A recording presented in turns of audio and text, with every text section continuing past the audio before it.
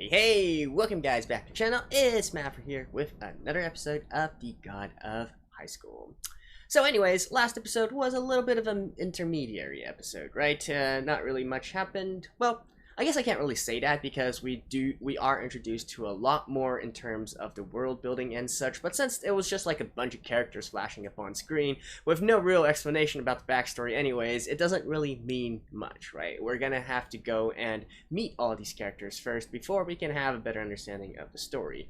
It also seemed like a great, since there was like a 2-week gap between the tournaments, you would think that they would also fit in a sort of like a training arc in there, especially since each of the respective cast managed to have some sort of mentor, I guess you could say, or somebody to help them along, which I will kind of expect them to reference later whilst they are in the tournaments in maybe a style of flashbacks or something similar to that. As for the rest, we are introduced to the rest of the tournament participants as well, and apparently there's an assassin running around who we might have to take care first before the tournament can start, right? What is it again? The Nox, right? Sounds like something out of League of Legends, or actually it kind of sounds like an antivirus. Anyways, so let's just get into the episode and see where it's gonna take us from here. Alright, let's begin in 3, 2, 1, play. And we are past the halfway mark as well. So anyways, I've had my fair share of criticism for the first half already, right?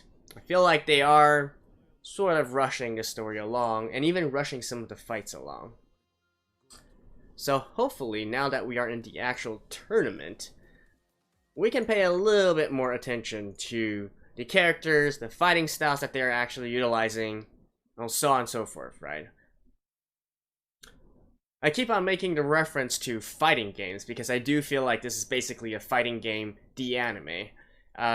Sort of like, and we all know how those kind of series actually typically go. Probably the most famous example would be Mortal Kombat, I guess you could say. The eventual movie that came out like 20 years ago. It was not exactly great, but it was a cheesy, fun movie, right? But see, one good thing that I had going for it is that since people are already familiar with the video game characters in the first place, they can just view it as a sort of fan service, right? Now this one, they're gonna have to explain a bit more and show off a bit more of the fighting styles and so on and so forth.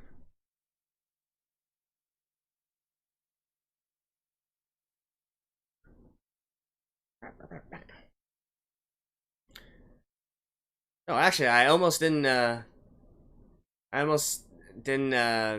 take a look and see its new visuals, actually. Well, it's basically just, if it's anything like the first half, it's just a preview of what's gonna come next in the actual battle. So I think me not paying attention might help me, because then later on I can be a bit more surprised by the actual fight, right? So I'm not gonna go back and watch that for each fight.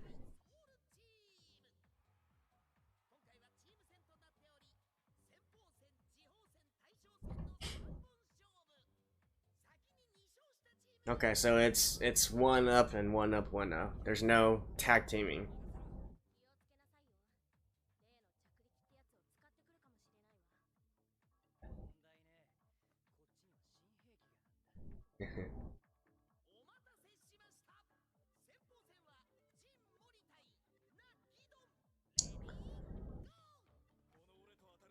Well, actually, it's Sanpan Shofu. So that means that it's each of them have to go against each other once.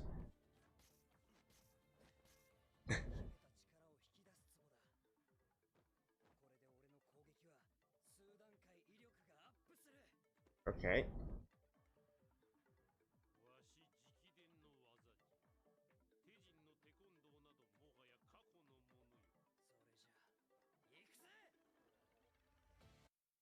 Hmm?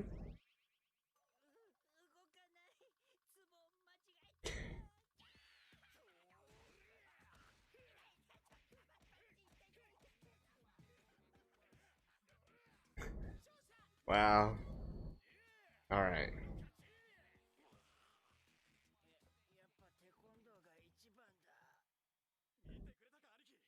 Alright, so now it's P2 versus P2.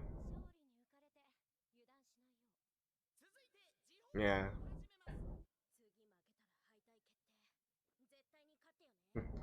I guess this is a I guess this is a nice way to actually show them what they're made of, right?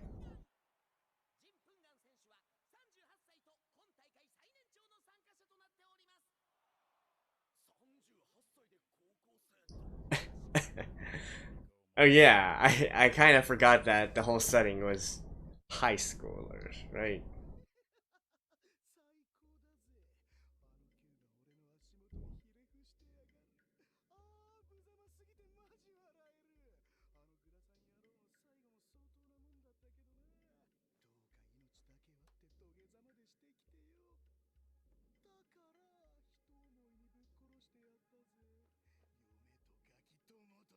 Oh damn, the wife and kid are killed as well.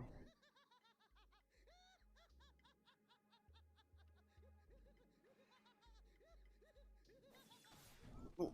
Ugh. Sucks to be you.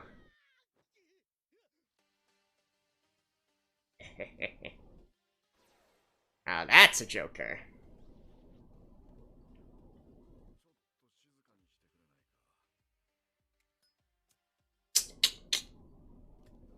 Alright, so I guess they don't have to take care of the assassin, because this guy's gonna take care of it.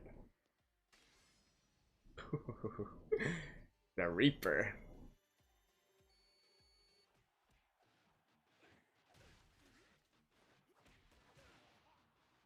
Oof.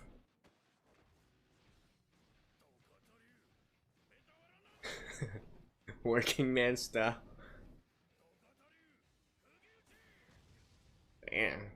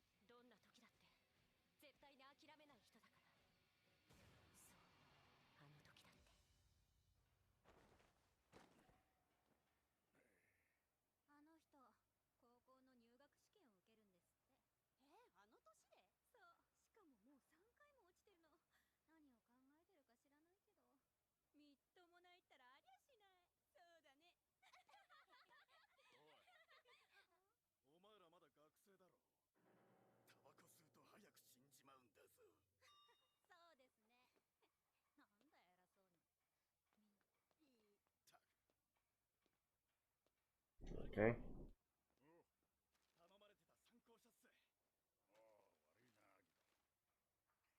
But yeah, now we gotta learn about, like, all the backgrounds of all the characters.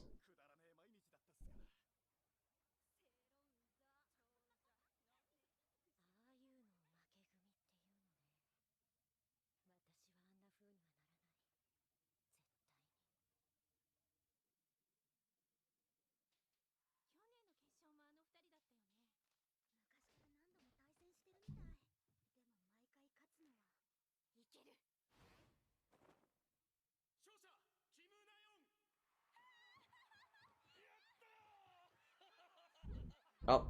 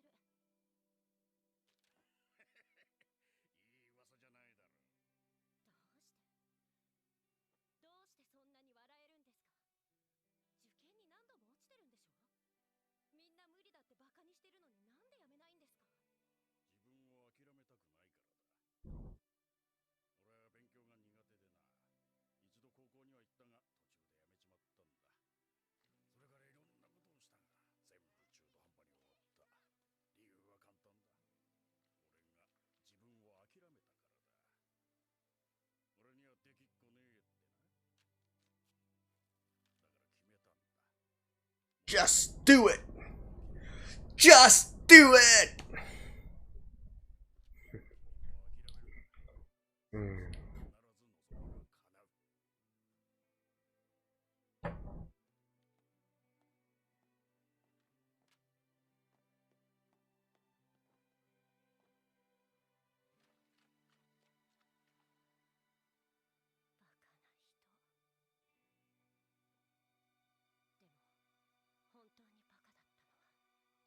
Me.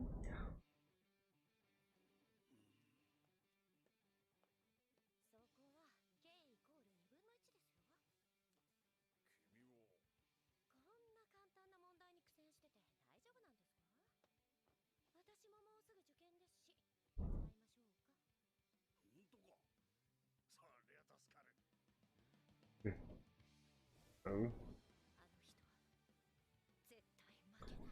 Well, sorry to rain on your parade, but I think he's gonna lose.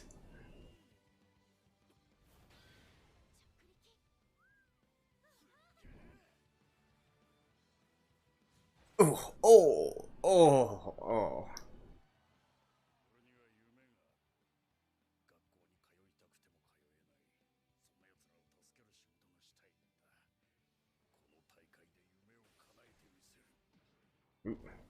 There's that chakra. Chakra.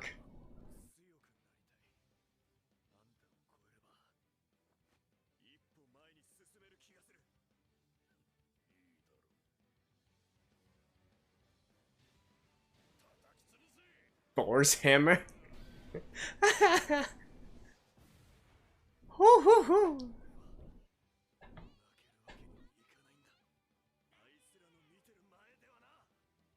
Even the nurse is impressed.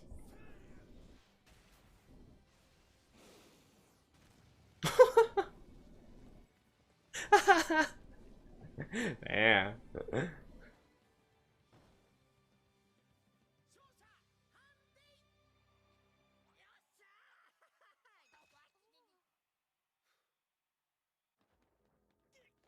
Oh, back to you, eh?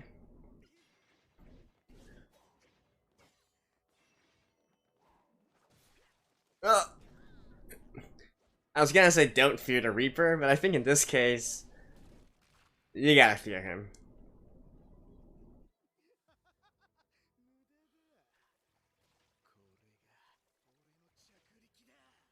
What?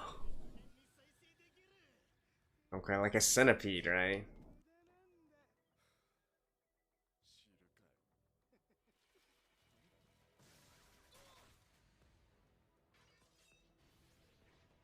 What about if he cuts her head off?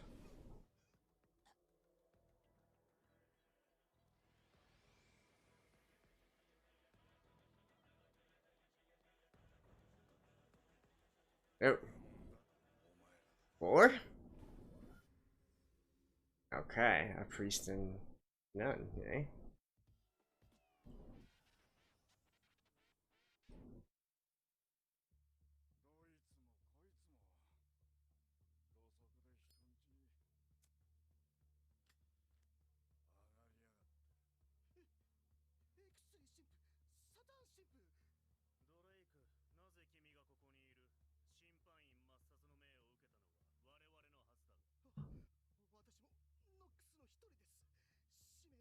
Now's not the time, dude.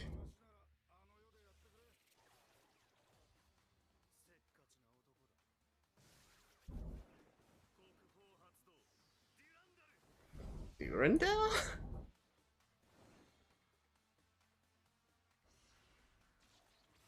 Oof.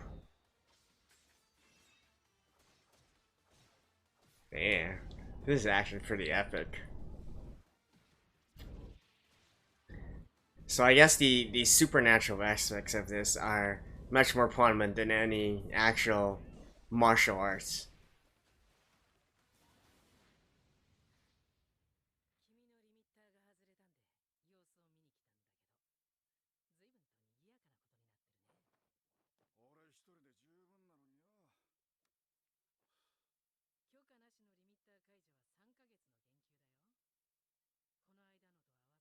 Oh.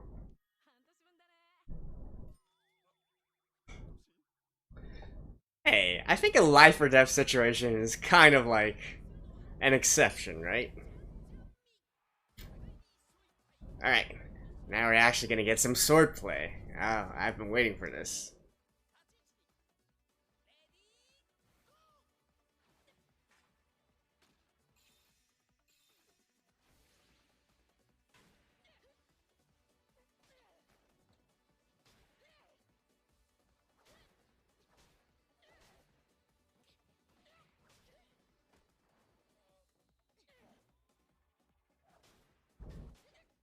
I'm... Oh, nice.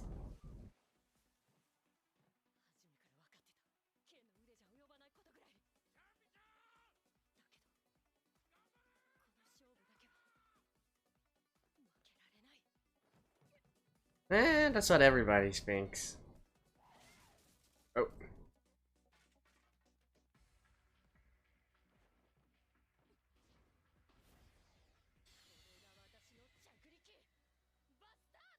Oh, a bastard sword. Just what is this series? I thought this was like a martial arts fighting anime. Apparently not. There is nothing martial arts about this at all.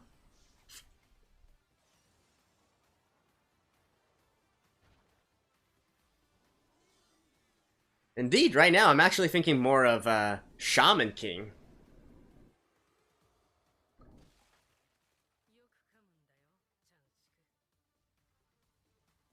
Yeah, right now I'm actually thinking more Shaman King instead. If you guys ever seen it.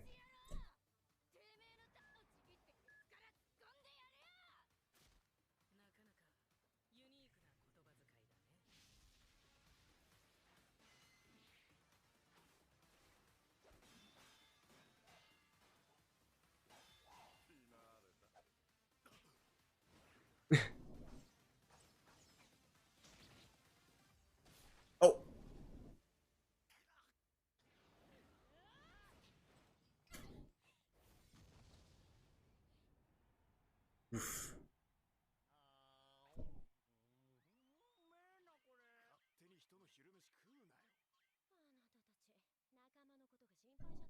You know what? I think my favorite character is the nurse.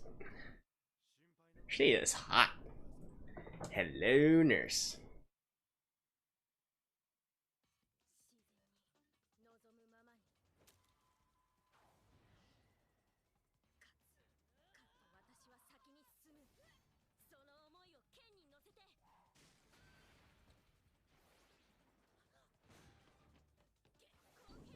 Ah, she has a swordless style, right? Oof. Right on the temple.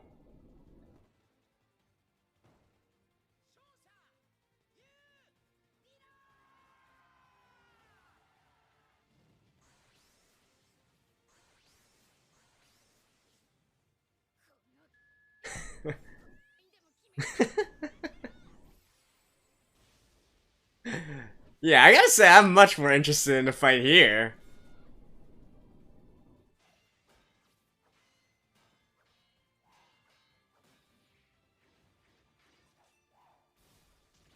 Oof.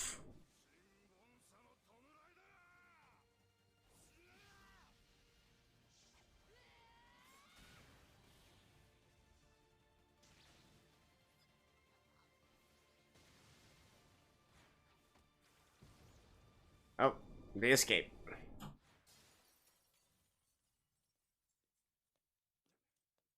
Made a huge mess.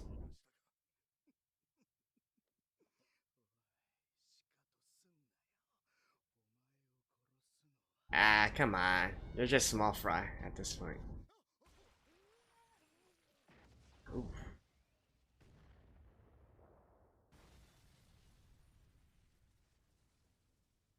Well, they are persistent.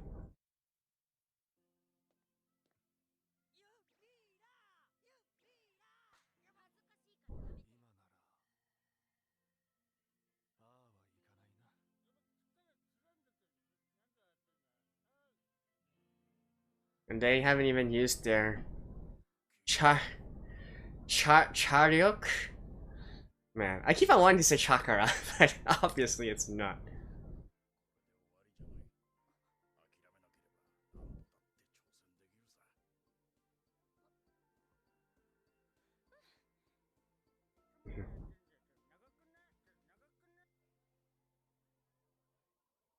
Yeah, the two commissioners. Yeah, they're fine.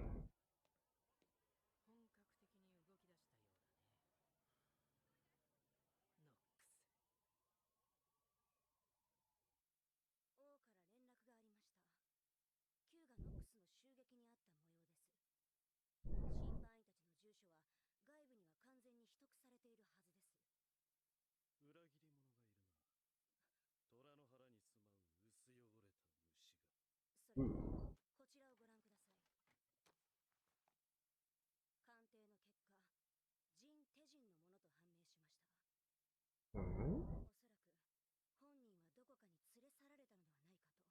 Really?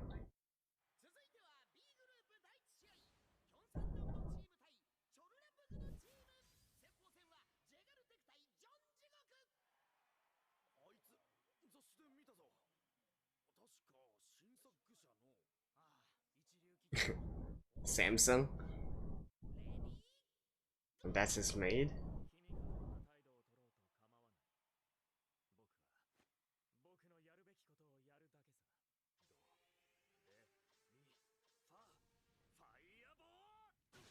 Oh, a shark. Up.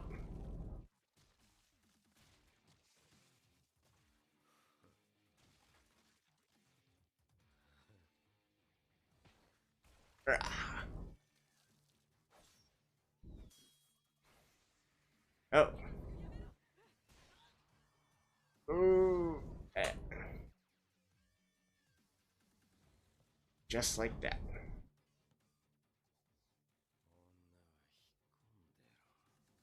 Oh, this voice. Hey, it's my favorite male voice actor.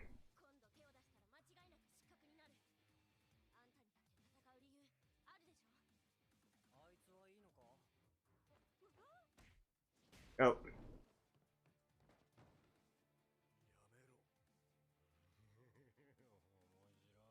But I mean, they already... Yeah. He already broke the rules.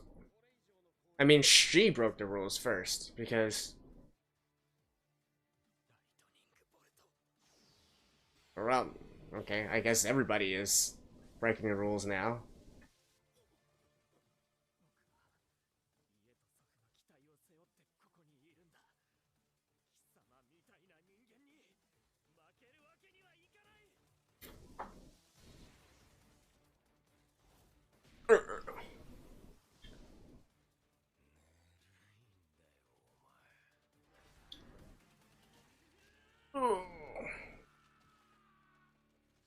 I wonder if their nanotechnology can help him heal from that.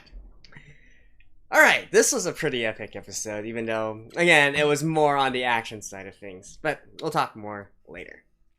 See you guys after this.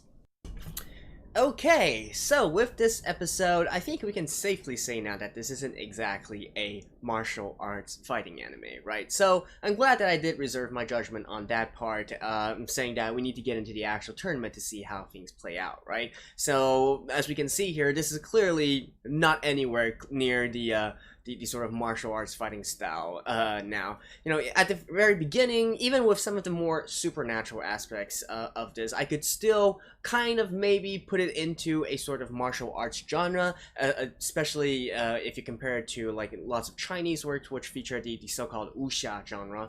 It still kind of fits into it, right? Because it is in essence still sort of kind of like magic, except layered under more of a martial arts guise. Here though, when we literally have you know, we literally have different we literally have these people who are using abilities which have nothing to do with martial arts at all. They're like using, you got priests and nuns and using guns and whatnot. You know, it's like all bets are off, right? I think this is more better classified as just a fighting, sort of like a fighting shonen. And during the episode, I did make a reference to Shaman King, right? So if that's actually one of my favorite works. The more so the manga, the anime adaptation was decent, but the manga is where it's at. So if you guys haven't seen it before, it features something of the same sort as well. So seeing how the sort of chakuriku. I really can't remember how to pronounce that special ability that they're using, but we see these manifestations or these avatars come out, right? We see like a reaper, or we see like a little dragon, or in the case of the last dude, a shark, right? And perhaps there's even so I'm guessing that there might be a sort of a sense of progression. Like in the lower levels, you might be able to get a weapon out of it, and then in the higher levels, you can also kind of see the deity or the entity that's that you're being blessed with as well. I think maybe it has this sort of system tied into it. I'm just assuming this because it seems that the people who are really, really strong all seem to have some sort of avatar or being or deity behind them as well, and materializing into the world. So in that aspect, I really do feel like it's like Shaman King as well, because Shaman King also features these sort of different stages, right? It keeps, as the series progressed along, we are shown more and more of how to utilize in Shaman King's case, it's more so spiritual power, spirits, whereas in this case, I mean, they seem to take a lot of inspiration from ancient Chinese mythologies and like Taoism, right? The gods and deities of Taoism. So I think that's where they're mostly getting this from. Although I say that, and yet there are also priests and more Western style dragons and all that. So I guess I can't really say that for sure. But anyways, the point I'm trying to make is I definitely do feel kind of the similarities between this series and Shaman King as well, especially since Shaman King also later on had a tournament style, sort of competition as well. Now, with that being said, though, there is still a big difference here, most particularly in terms of the story. So, where Shaman King is like a complete shonen story, progression, friendship, and then you got losses, you get the low sides, you get the upside. You sometimes get down dumps, feelings of despair or whatnot. All that good shonen stuff, right? Like a properly done shonen. Whereas here, once again, I'm brought back to how I really feel like it seems like a fighting game adaptation into an anime here. It's down to like the character introductions and the character backgrounds as well. It's really, really similar to like fighting games where, of course, each and every single character that you're fighting against has their sort of reason for coming to this tournament, right? They have this backstory to them, but it's really just in bite-sized pieces. You're only shown a little bit of it, and that's basically it. So it's not really meant for you to really to really emphasize or sympathize with the characters all that much. It's more to let you know, yeah, this is this guy, these are his abilities, and these are what he or she is fighting for, and that's literally it, right? So I don't know, maybe once again, it seems that the bigger backstory here, of course, is more so in terms of the mysterious Nox organization and I guess the entire setup of the tournament and so on and so forth, and not so much concentrated on these other participants as of right now. But I do feel like in order to progress the story along, they probably will have to at least choose a few, right? A few notable standouts, and then maybe we can go deeper into their story, and then they might become more of a recurring foe, or perhaps even a friend, right? But definitely I do enjoy watching a series such as this. Not so much the actual tournament, though. In this episode, I feel like the fight with the commissioners versus the assassins was much more interesting than the actual fight within the tournament. Especially, I still have to say this, though, like the fight between Mira and the... What's that other girl? I mean, the two that were using wind swords, right? I really feel like that kind of felt underwhelming. I was expecting much better swordplay from them, and actually utilizing abilities that Now, I'm a big Rurouni Kenshin fan, so I really enjoy actual sword fighting, more so in the slightly fantastical style, right? Like not just swords clashing against each other. I mean, this is a series where you're literally having all this really ridiculous kinds of abilities and stuff as well. So why not actually make them utilize some cool looking, epic looking sword abilities as well. I'm sure manifesting a bastard sword and all that's kind of okay, but I wanted to I wanted to see them actually using a sort of an ability, a sword based ability, if you will, like I don't know, like a triple slash or like a 9-point slash, or like a dragon, and you guys know what I mean here.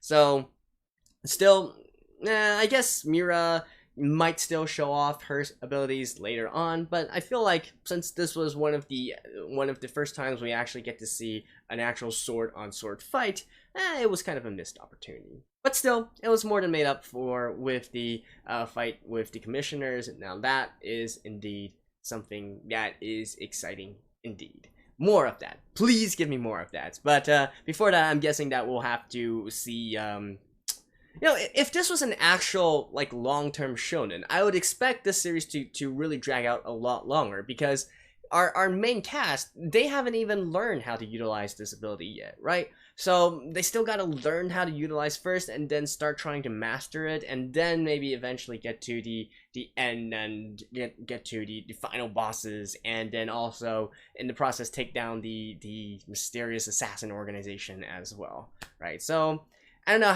how much they're going to condense it, or really maybe it just doesn't feel like your classic shonen arc, right? It has a lot of shonen, these action aspects of it put into it, but not so much the developmental arcs that we see from shonens, which may or may not be a good thing, right? I think I mentioned this already very early on. It is kind of refreshing to see a series which really is unapologetic and just like, I just want to show you the action, right? The story is kind of more so an add-on to everything. But does that actually make a good series, and does that make an enjoyable series, though? We'll have to keep on finding out as we continue the series. So there you go, that was episode 7 of The God of High School. So hope you guys enjoyed this. I will see you guys next time. Maverick signing off.